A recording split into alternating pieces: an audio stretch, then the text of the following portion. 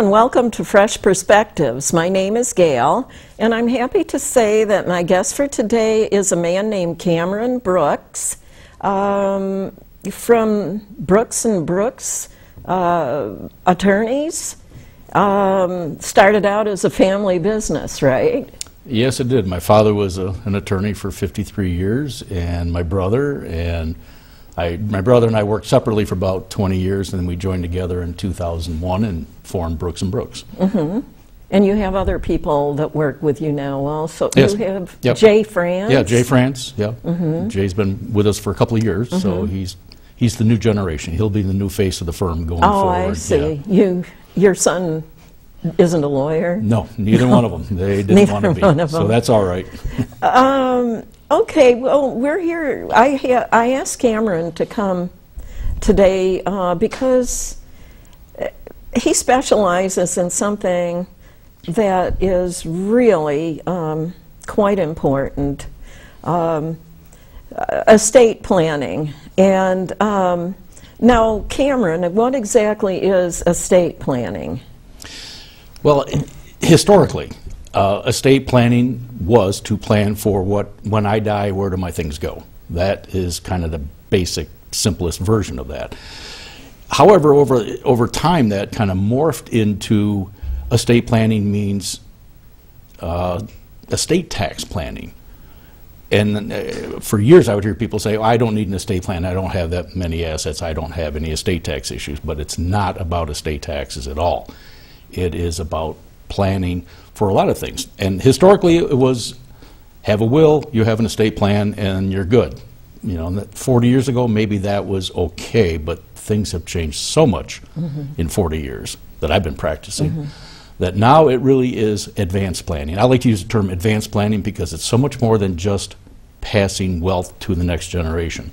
It's handling a lot of other things while we're still alive. So it's really important that I think that we kind of migrate into the thought of advanced planning globally for a lot of things, even financially. To put a nod to the financial advisors, advanced planning is important financially so that people, as they go into retirement, will know that they have the income that they're going to need and they're going to want to live out their lives.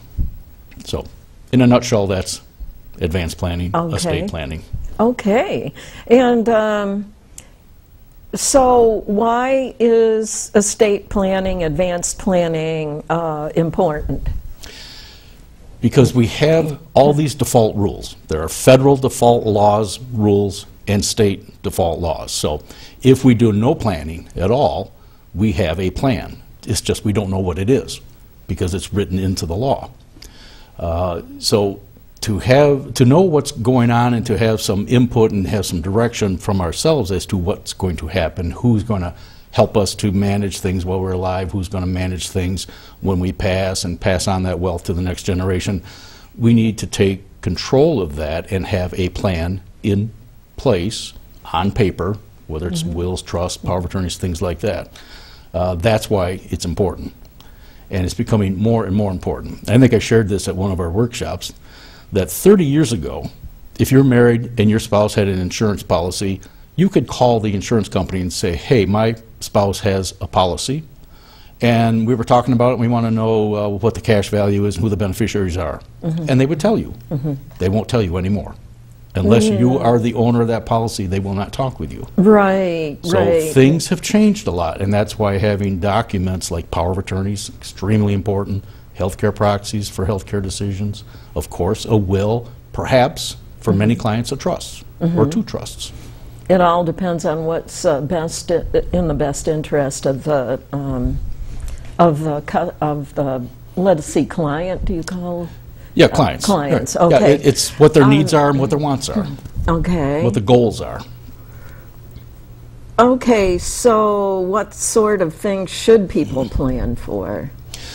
Well, we tend to think, okay, when I die, I need to have things in order so that things go properly. Okay, that's fine. That's everybody understands that. But what about that period of time from now to our passing? There's a lot of things that need to be planned there. For instance, again, I repeat, very, very important, a good, well-placed power of attorney. we do things for ourselves every day that we wouldn't even think about. We sign our name so many times, we call and order things for ourselves and whatnot. Imagine if you woke up one day and you couldn't talk and you couldn't move your hands. You were still very competent, but you just couldn't function. There would be a lot of things that would just stop right there because you can't do it. Having a power of attorney to somebody else gives them the ability to step in and conduct those things for you. Like I was talking about with the life insurance policy, and there's a myriad of other things that need an agent to step in if you can't do it yourself. In the healthcare proxy area, in the medical world, if you're in a condition where a decision needs to be made and you're unable to make it, you need to have an agent already pre-established who can make those tough calls and decisions for you. Because, again, we have default rules that say, okay, if you do not have a power of attorney or you do not have a healthcare proxy, here's what the rule is. And the rules aren't bad. I mean, the state has to come up with rules for 30 million people, so it's not going to be exact for everybody. And a lot of times it comes down to who is the person that's going to do this for me. The default rules are going to have a class of people, any one of which could petition to become that person. And all of it involves going to court. Not that court is bad, but courts are congested. It's expensive to go to court. It takes time. And in some cases, when we're doing asset protection planning, perhaps in a Medicaid crisis situation, time is very important. We don't have the time to wait 3 months to go to court, to get a guardian appointed, and then go back to court and petition to do, or to ask the judge if we can do a certain technique. And we can solve all that by having a well-placed power of attorney. So that's why it's becoming more and more important. It's a really good idea. Okay. What documents do you use for people in planning? Let's discuss what exactly a will does. All right, a will, just classically, is a piece of paper that has your instructions on it that says, upon my death, I want these things to go to these people, and I appoint somebody to be the executor, and perhaps somebody to be a successor executor, or second successor, etc. All right, it is a document that has no effect until someone passes.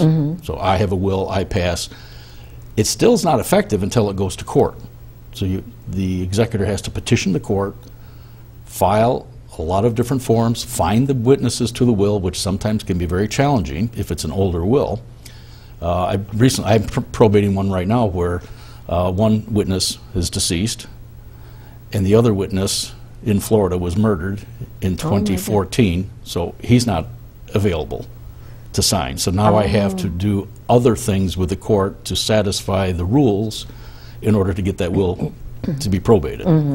Now, once the will is accepted by the court, that's the will being probated, the court then appoints the executor. The executor gets a piece of paper, it's a certificate of appointment. Now the executor has authority to go to the bank and get the money and open a new account and pay bills and do things for the estate. So there's a process and there's a time that it takes from date of death to appointment where nothing happens until that process gets through. So that's essentially what the will does. Okay, and then the next thing on the list is trusts. In some ways, they're better than a will. Yes, it depends again on what the client's goals are.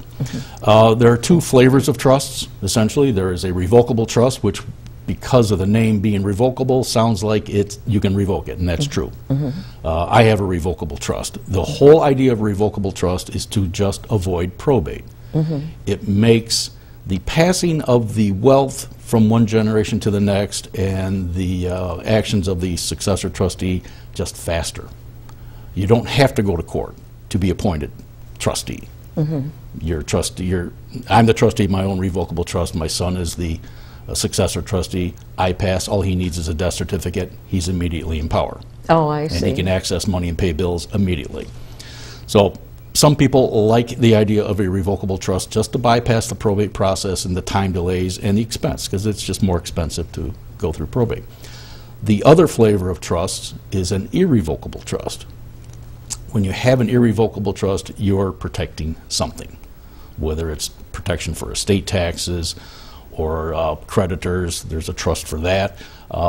Most often the one we use, and the biggest concern for most of our clients is, what if I go to a nursing home when I'm 80 years old?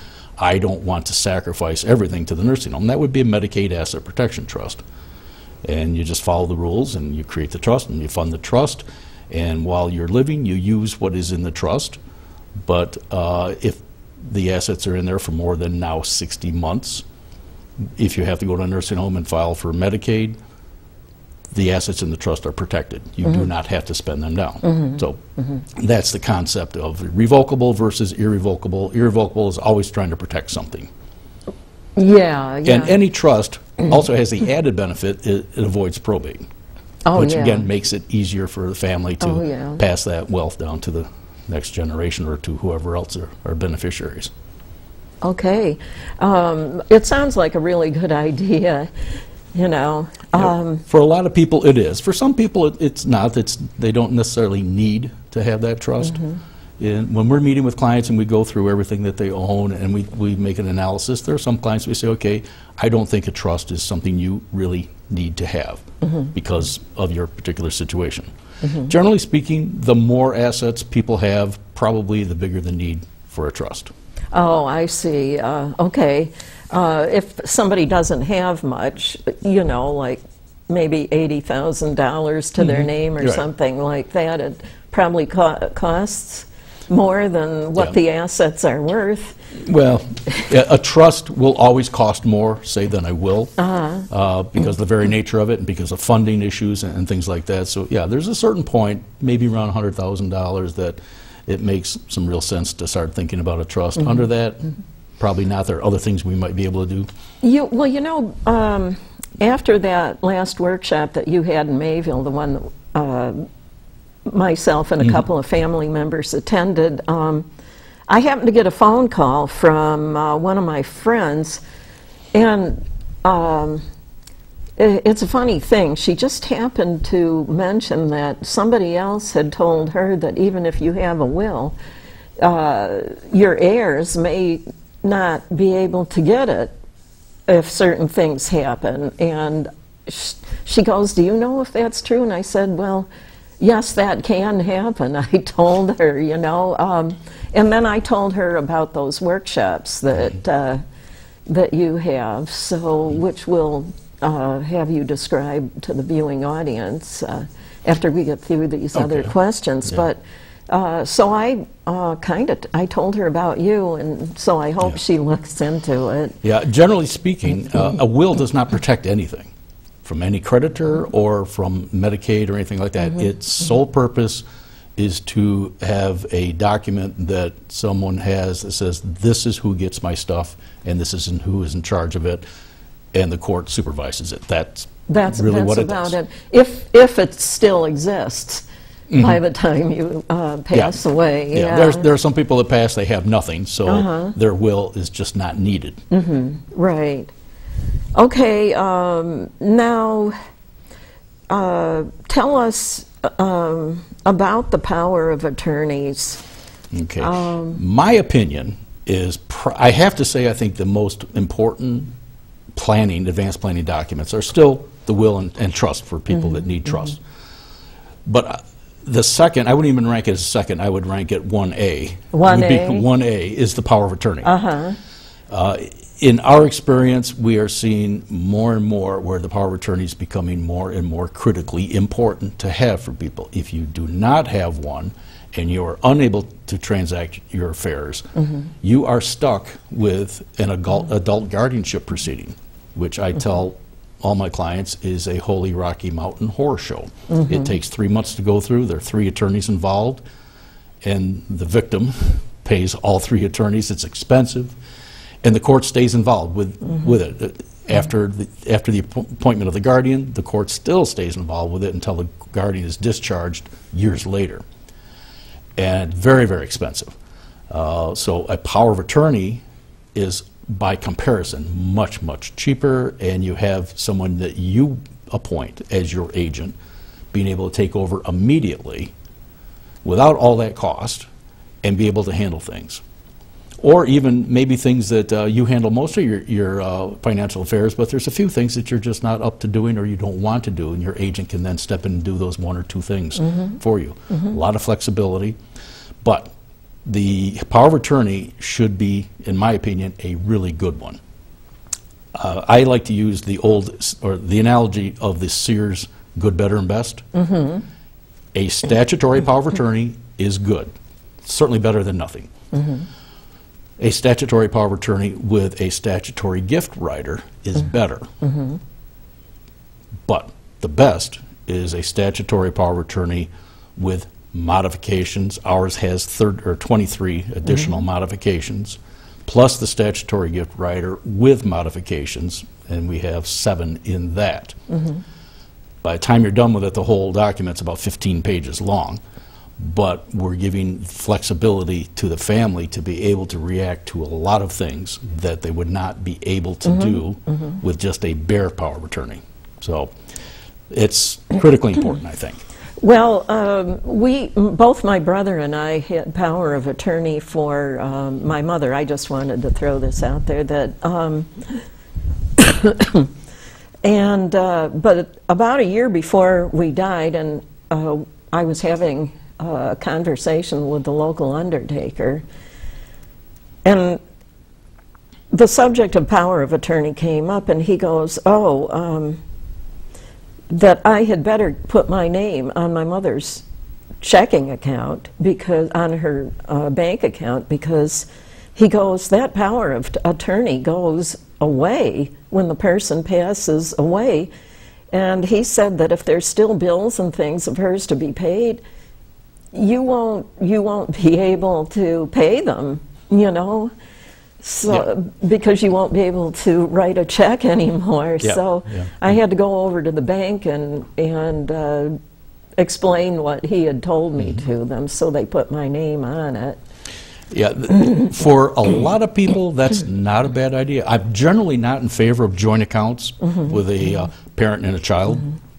A number of occasions it's fine if there's not a lot of money involved, that's fine. And in your situation, so that you could access the money to pay your mom's bills after she passed, that worked out very well. What we have to be conscious of the fact that if a parent adds a child, on their bank account or their investment account or anything like that, most of the time bank accounts, under the banking law, they're making a gift of half of that account to the child automatically, and they don't even know it.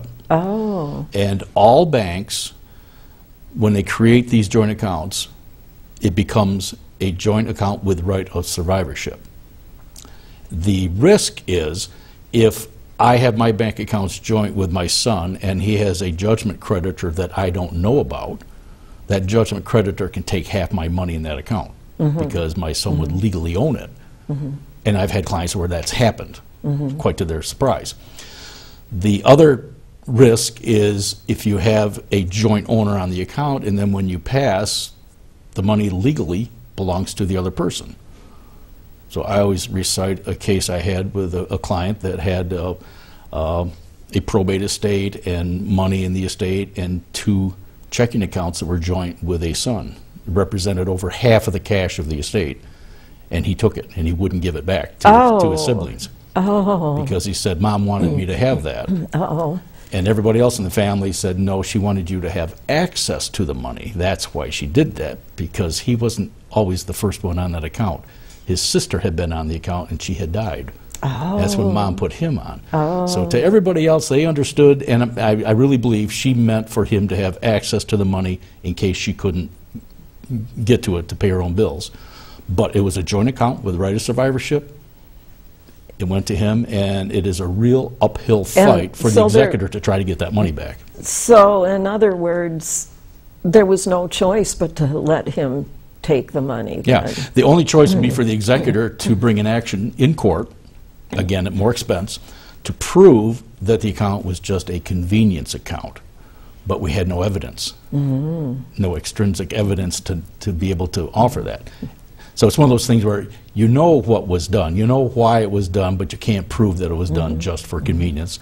And he refused to give up the money, so He kept it. So these are things you have to watch out for with that. It's kind of nice if people know their siblings can be trusted or not. Yeah. Well, there are many times when the last parent goes, the glue comes out of the family.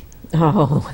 And the wheels come off the cart, and all these underlying animosities we had for each other as siblings that have been put down for years all of a sudden bubble up. You know, not always, but there's a fair number of cases. But it wasn't that way with you and your brother, obviously, because the two of you went into business together eventually.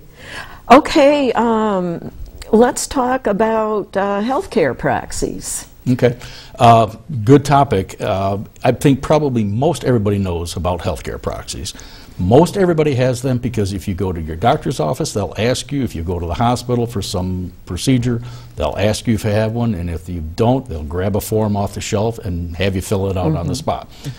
The difficulty with healthcare proxies is the standard one we see all the time is just a form that came straight out of the statute as a suggested form. It's not mandatory. It's pretty bare bones. We've added a lot of extra powers to ours, and also we've added language which will ensure that the healthcare proxy will be accepted in other states. Because we have to realize that New York State calls this advanced planning document a healthcare proxy. To my knowledge, there's only one other state in the union that calls it that, and that's Texas. Pennsylvania calls it a power of attorney for decisions regarding health care. Oh, okay. Michigan calls it a durable power of attorney for health care. Most states, I've looked at 28 different laws, most states call it a power of attorney for decisions regarding health care or some flavor of that. Florida stands alone, calling it a surrogate appointment. So what has happened in Florida, and this is where the issue came up originally, was healthcare professionals in Florida were not accepting New York healthcare proxies. They could. Anything that was signed here in New York that is valid in New York is valid there. But the problem was the healthcare administrators there didn't know what it was. Oh. Yeah, they were expecting to see something that said surrogate appointment on it, and it said proxy. Now, the difficulty unique to Florida is if you do not have a written paper that says surrogate appointment, their default law says you have a healthcare proxy. And all these people down there know that. So when you come walking in with a document that says proxy, that really confuses them because it shouldn't say proxy on it because that's the default law. So it just became an issue in Florida. So what we did with our healthcare proxy is in that first paragraph, we label it all those other labels so that as you're traveling around the country, if it's needed in some state, whoever looks at that first paragraph is going to recognize language there that's going to be meaningful to them and they'll understand what it is. But again, it's important to have because you get to choose who you want to make your healthcare decisions in the event you cannot. And of course, we have a default law in New York. If you don't have a healthcare proxy, then there is a class of people that can speak for you. Oh. And spouse first, and it's generally the bloodline. Spouse first, then children. And the problem at the children level, if you have 5 kids, it's any one of them. And if 2 of them don't agree and they start fighting with each other, then you're going to wind up in court, is what's going to happen. Well, the healthcare proxy is supposed to be written up so that they already know what you would want them to do for you in a wide variety of different health situations? Well, it can be. Our healthcare proxy doesn't have a lot of what we would call the living will declaration items in it. We do that for a specific reason. Our healthcare proxy is 2 pages. Doctors don't have time to read through 10 pages. So we have the healthcare proxy, 2-page, it appoints the person, gives them the power, that's it. Separate document that we use is called the living will, just a living will declaration. That is general guidance to the agent on how to make decisions for you. And what we've learned over the years is that you shouldn't be overly specific. I never want this, I always want that, because we don't know if that's going to be appropriate down the road in the future. So we're just trying to give guidance to someone to say that if I were in this type of situation, this is how I would want my treatment. And most of the time, for most people, Gail, honestly, they're just trying to identify end of life. If I can have a quality of life and I need medical treatment, fine. But if I'm not going to have a quality of life, if death is coming down the road shortly, then let's not fool the Grim Reaper. Let's not prolong it. Let's just give me comfort care and let nature take its course. Okay. I'm going to take a step backwards here to wills again. Now, various people that I know have gotten a will, some sort of something that they can get off of the internet that I guess is actually legal, where they can fill it out themselves and then take a couple of witnesses and go to those, what do they call those? The people that you have to sign. Not notaries. Yeah, Are you thinking about notaries. Yeah, notary public. Okay, I had mentioned that to you in conversation at a previous time, and you said that that's not often not a safe way to have a will rather than going to an attorney. Would you explain to our viewing audience why that is? Well, sure, Gail. A self-made will is fine if it does what it's supposed to do and it's executed properly. The first thing is language. The conversational language that we're involved with every day carries a lot of assumptions with it about meaning. But when you have a document, like a legal document such as a will, little things make a difference, like the words may or shall, things like that, legally make a big difference. So when you're creating your own will by yourself, and I've seen several wills where the first clause is what we call the residuary clause. I give everything that I own to Joe Blow. And then the next paragraph says, I give my car to Jim Jones. Well, now you have a problem because the first clause says, I've already given everything away. Yeah, yeah. So now what you have is a situation where someone probably is going to have to bring what's called a construction proceeding in court to have a judge determine what the real intent of the person that wrote the will was. And that's more expense. You know, you do a self-made will because you think you're saving money. And then you wind up, perhaps, in your estate paying a lot more money to try to interpret. Because the court's guidance is it's all a matter of what was the person's intent that wrote the will. That's what we're trying to find out. So the more artfully the will is, or trust, whatever document, the more artfully it is written, so there's no possibility for misinterpretation, the better chances you have that it's going to go through just the way you wanted it. Second issue with a self-made will is the execution of the will itself. Our statute is very clear that, and it's almost a little funny to me, but if I prepare a will for you and you sign it in my presence, you have to physically, verbally tell me it's your will. Even if I prepared it and I know what it is, because I know what your will, because I did it. And you're there, you have to say, this is my will, and I want you to be a witness. And both witnesses have to see you sign, and then we sign as witnesses. When a person does their own will at home, you don't know what that signing ceremony was. Did the, what we call testator, actually physically say to the witnesses, this is my will and I want you to be a witness? I mean, actually have to physically say it. If you're going to do it on your own, then you probably really need a proofreader. Well, yeah, proofreader, but the execution of the will. Now, the other thing, the third item with the will is a will that's prepared, or well, actually, a will that is signed under the supervision of an attorney is prima facie valid.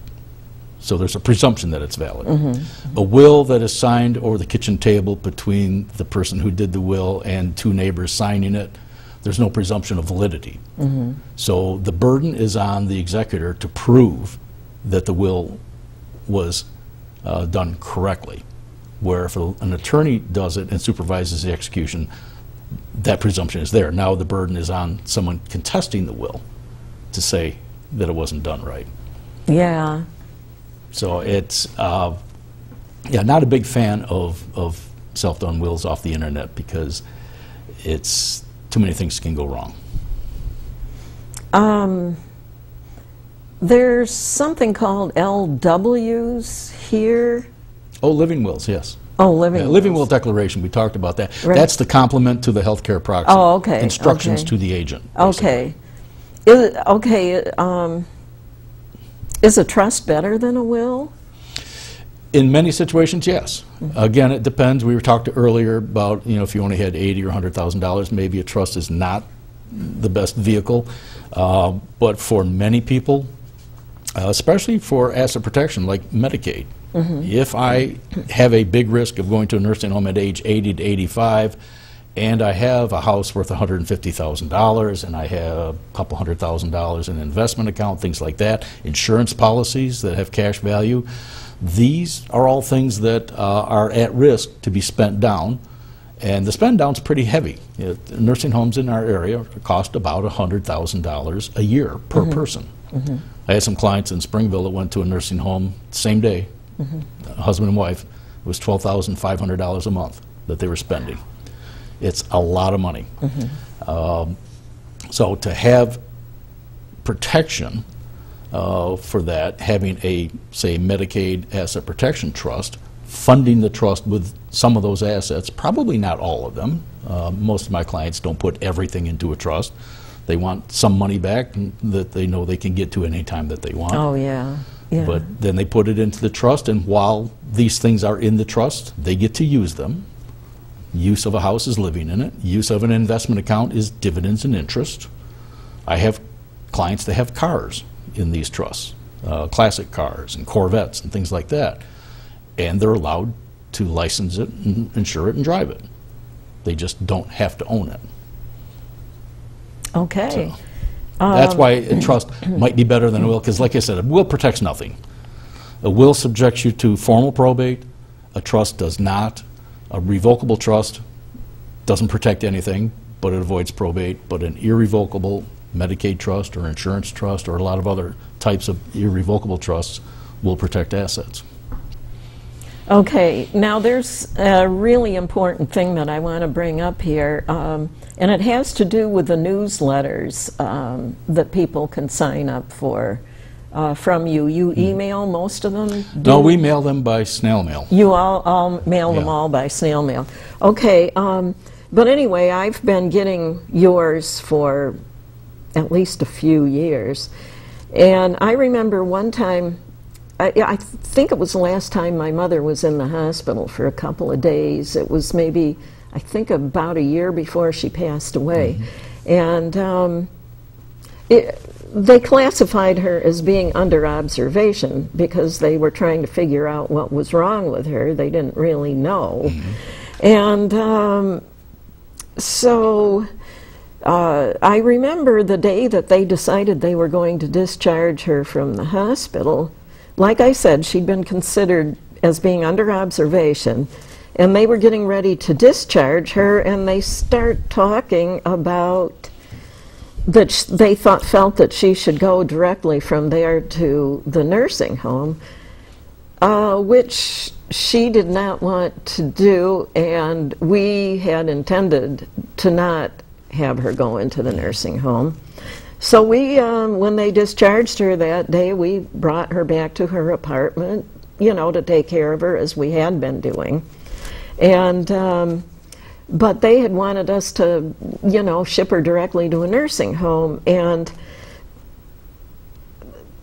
well, anyway, we didn't do what they wanted us to do, which turned out to be the right decision. Good.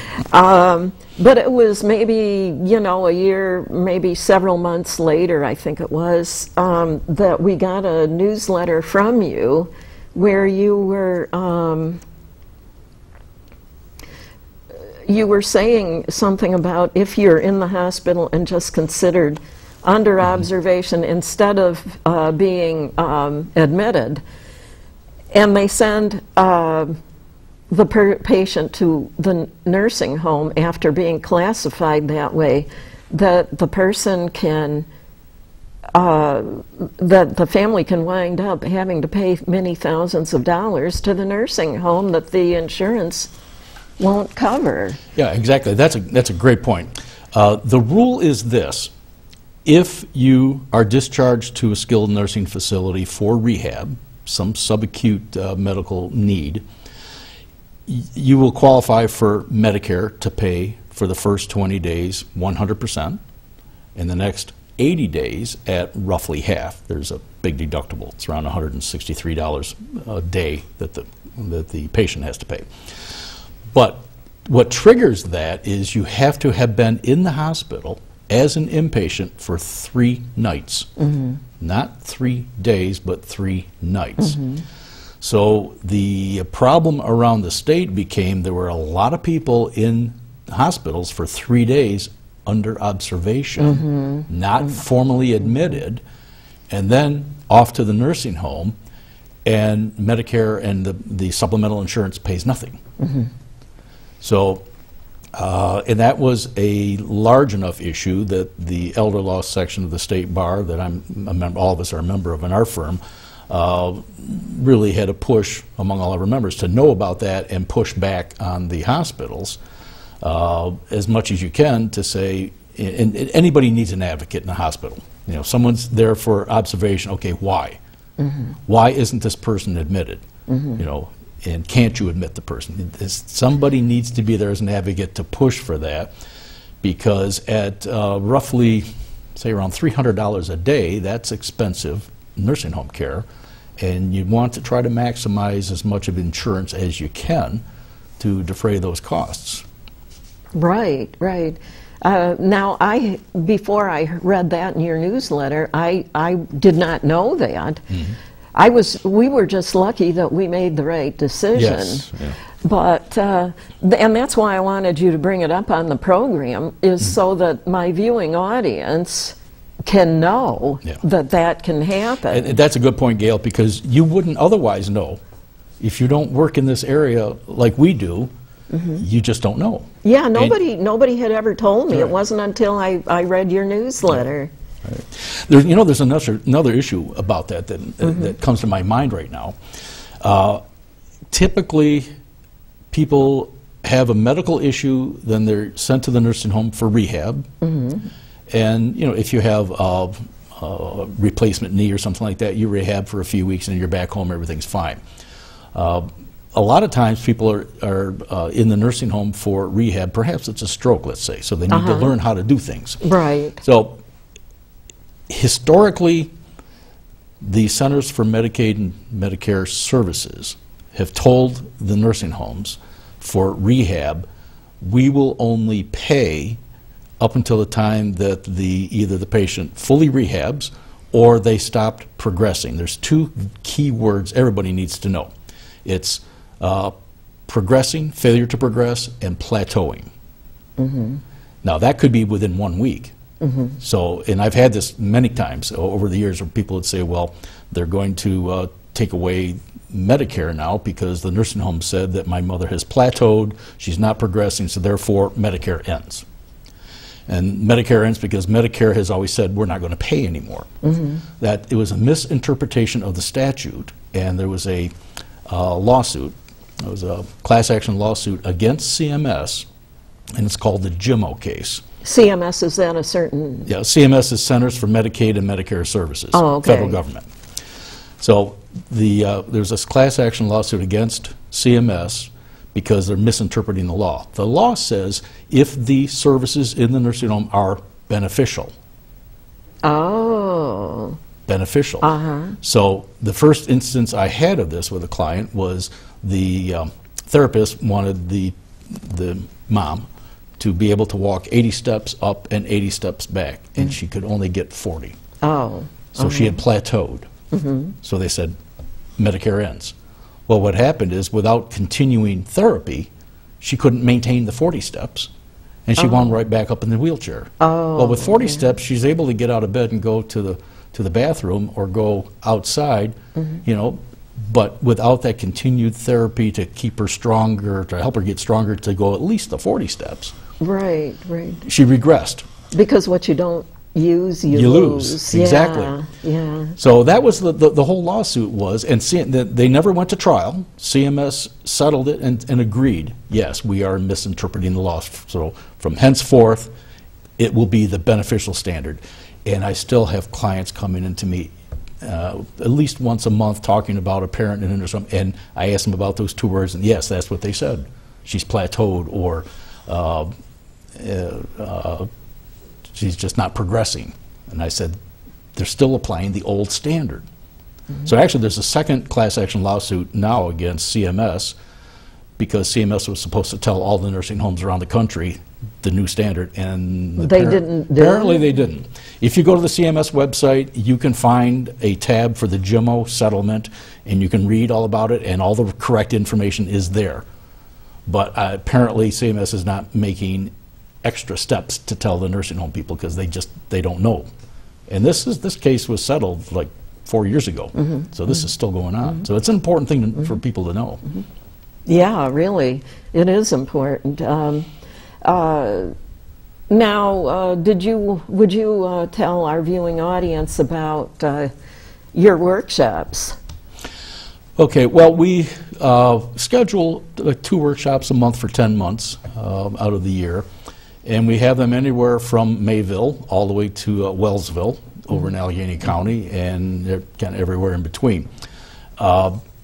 We send out notices to clients and friends, and then we usually advertise in Penny Savers, and we're on Facebook. And that's beginning to be more popular with people to sign up through Facebook. It's a free 2-hour workshop where Jay and I go and we talk about these issues, and our goal is to give the information to people that they might not have, and to let them know that there's a problem out there. There are several problems that can happen, risk factors, but there are solutions to them also. And so that's what we do, and it's open to the public. All I have to do is call and get on our list, because most of our and the workshop is free too. The workshop is free. We can accommodate usually not more than, say, 15 to 20, so we do have to cut it off at some point. When but then they can just go to the next one that's in their area, and then you pass out coupons for a complimentary appointment? Yeah. My brother and I started doing this years ago. We thought, if people are willing to take time out of their night to come and listen to us and talk with us about these issues generally, then we'd be willing to spend an hour and a half, 2 hours privately with people to talk about their specific situations. So yeah, we have this coupon that we offer, a free estate plan review, usually in our office, but it doesn't always have to be in our office. And at that point, we get a good understanding of what people own, how they own it, what the values are, what their goals are, and then if we can suggest a plan that would fit for them, we would tell them what it is and what the cost would be. And if they take us up on it, fine. If they don't, that's fine too, and there's no obligation. And they serve coffee and dessert too at their workshops. Just thought I'd put that in there for the fun of it. If you want to come to the one in Jamestown, one of our staff people makes the pies. Oh, do they really? And she has her own fruit trees and raspberry bushes, so you might get a peach pie that's got homemade peaches in it. But that's only in Jamestown. Okay, only if you go to the Jamestown ones, people. Okay, how can people get a hold of you then? Well, our one and only office is in Little Valley, which for us is centrally located to our whole practice area. Because you do the whole western New York. Yeah, we've got all 8 counties of western New York plus part of the Finger Lakes that we reach, and Little Valley's kind of nice and centrally located. I personally live in Jamestown. Oh, you do? Yep. I didn't know that. Yes. So you drive to Little Valley every day to work? Yep, I pass by Tim Hortons every morning and on my way to work. So, yeah, that takes me a half hour, no big deal. But our office is at 207 Court Street in Little Valley, and our office phone number is 938-9133. It's a 716 It's a 716 number, yeah. And we obviously have a website. It's brookslaw.biz, B-I-Z. Okay. If you go to brookslaw.com, you will find some attorney in Alabama, I think. Oh, really? So that's why we had to have the biz. And we're on Facebook. Okay. So we're findable, put it that way. Okay. Well, anyway, your newsletters that we get in the mail sometimes have some extremely interesting things in them. Sometimes they talk about situations that you can get into. But I remember one where you brought up the subject of maybe people who might have inherited family heirlooms or something that are made of ivory, but because of the situation with the elephants being on the endangered species list, you gave some advice on that, and I'd kind of like you to just briefly mention something about that. Oh, I can hardly remember what the article was about on the ivory, but the ivory issue is interesting because for a number of years, people were smuggling ivory into the different countries, making things out of ivory, and then selling them all around the world. Well, now there's a real huge crackdown on it. So if you would happen to have an ivory-handled cane that could be quite valuable, that you might want to take to a auction house and sell, they won't even sell it. It's illegal to sell it now. So it's kind of a funny situation. You have something that may have some value, but now it doesn't have any value because all the dealers that you could sell it through, it's illegal to sell.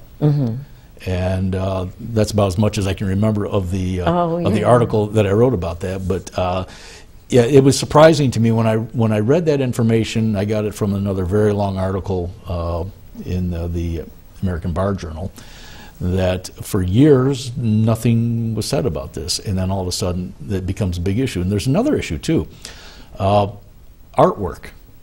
Oh, yeah. During the Depression and during FDR's reign and trying to get people back to work, the federal government hired a lot of artisans to do a lot of different things, one of which was paintings.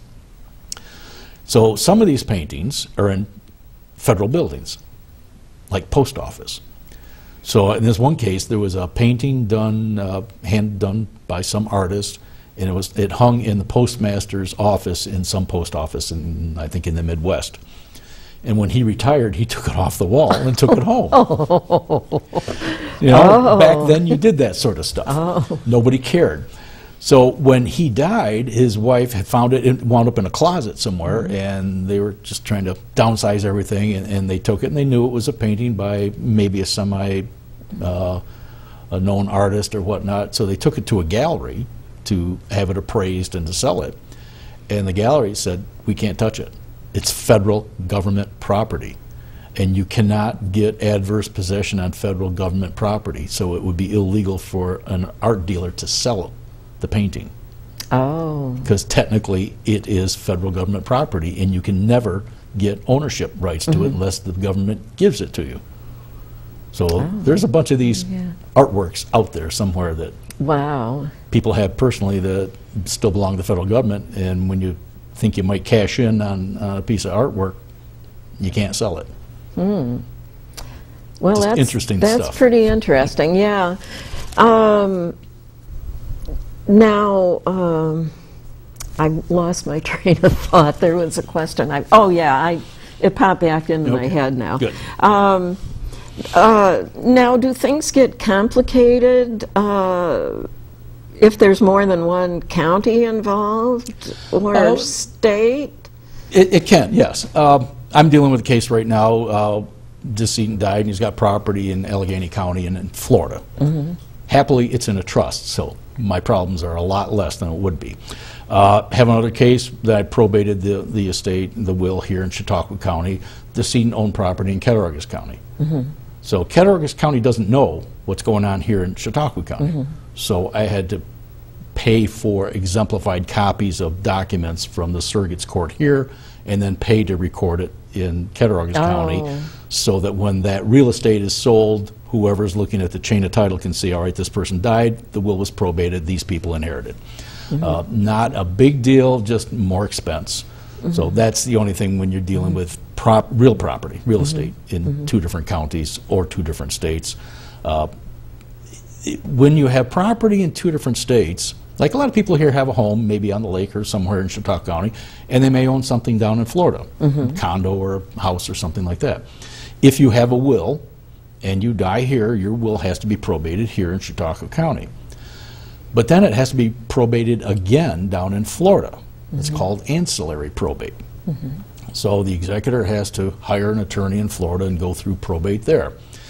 And probably to do one of two things, either sell the house or do a deed to a beneficiary. So that's where another situation where a trust shines, because if you have a trust, doesn't make any difference, revocable, irrevocable, they both work. If your house or property here in Chautauqua County is in a trust, it avoids probate. If your house in Florida is in the same trust, it avoids probate there. The trustee just has a sale or a deed to a beneficiary. So clients that have property, real estate, in more than one state should really consider having a trust, I think. Oh, okay. And then there's one more thing, and that is about, okay, let's say a few siblings in one family inherit property from a parent, but they don't really intend to put, because they own it together, they don't really intend to put their spouses on as part owner.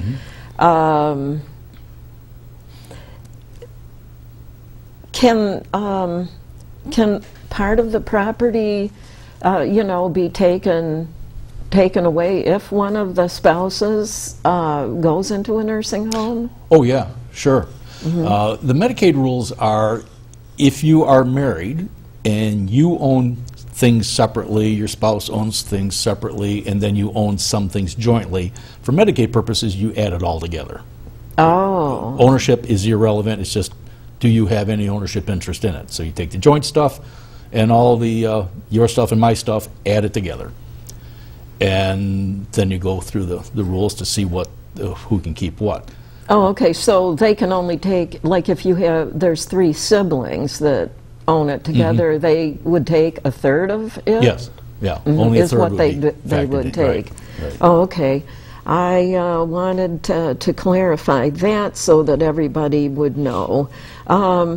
Okay, we're down to a little over 5 minutes left for time. Is there 55 minutes already?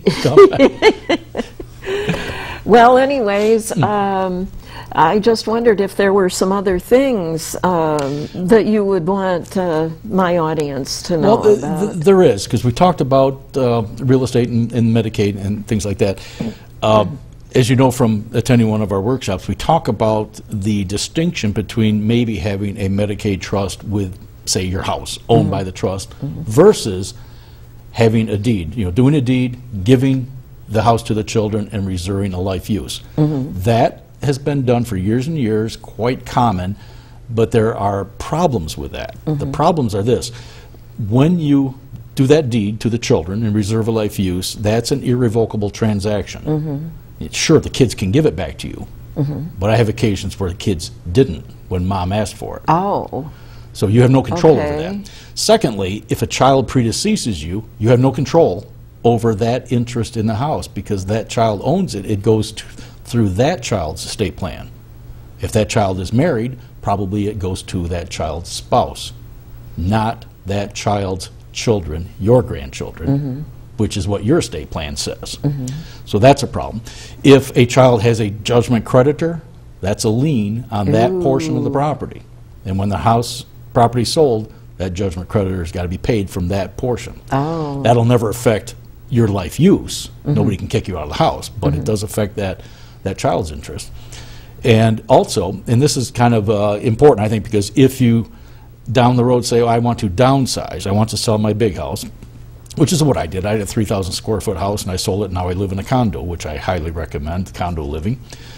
But you sell your home if you had a large capital gain on the sale, you're probably not going to pay any tax on that. A single person has $250,000 exemption, a married couple has $500,000. Children on the deed do not have that exemption. Oh. they have to pay a capital gains tax on their portion. So that is a problem. There are children who don't want to own that remainder interest because they have their own children who are going to college, and now they have to disclose that they owned X dollars of interest in mom or dad's house on their own FAFSA form for their kids, and they don't want to do that. So there are a lot of reasons why the deed and reserve life use, although it's very inexpensive to do, is not the best idea.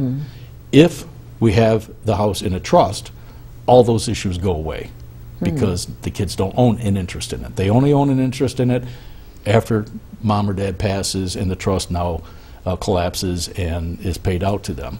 In the meantime, everything is still controlled by the trustee of the trust. And who controls the trustee of the trust? The grantor of the trust. Right. Indirect control, a lot of it. Right. Yeah, I remember always hearing and seeing ads about having a will, and